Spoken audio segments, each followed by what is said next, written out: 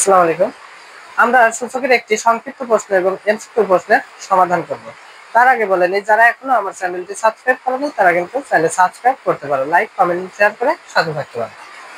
এখানে প্রশ্নটা হচ্ছে 4 to the power x plus 4 to the power x plus 4 to the power x plus 4 to the power x এর মান কত? নিচে অপশন দেওয়া আছে, এই চারটার মধ্যে কোনটা? তো এই ধরনের প্রশ্নে যদি এরকম প্রশ্ন করা হয় যে x plus x plus x plus x, তাহলে x কয়টি? তাহলে আমরা কিন্তু লিখতে পারি যে x আছে 4টি।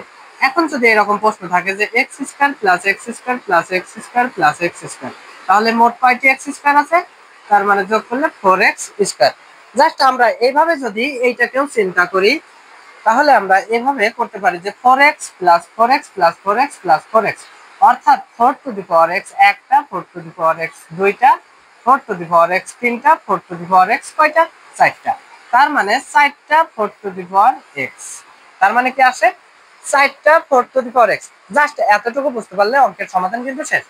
একটা 4 টু দি পাওয়ার x যোগ আরেকটা 4 টু দি পাওয়ার x, তার মানে দুইটা 4 to the power x plus আরেকটা 4 টু দি পাওয়ার x মানে তিনটা 4 to the power x plus আরেকটা 4 টু দি পাওয়ার x মানে 4টা 4 টু দি পাওয়ার x। এখন 4টা 4 টু দি পাওয়ার x কিভাবে লিখবো? এই যে 4টা 4 টু দি পাওয়ার x আছে।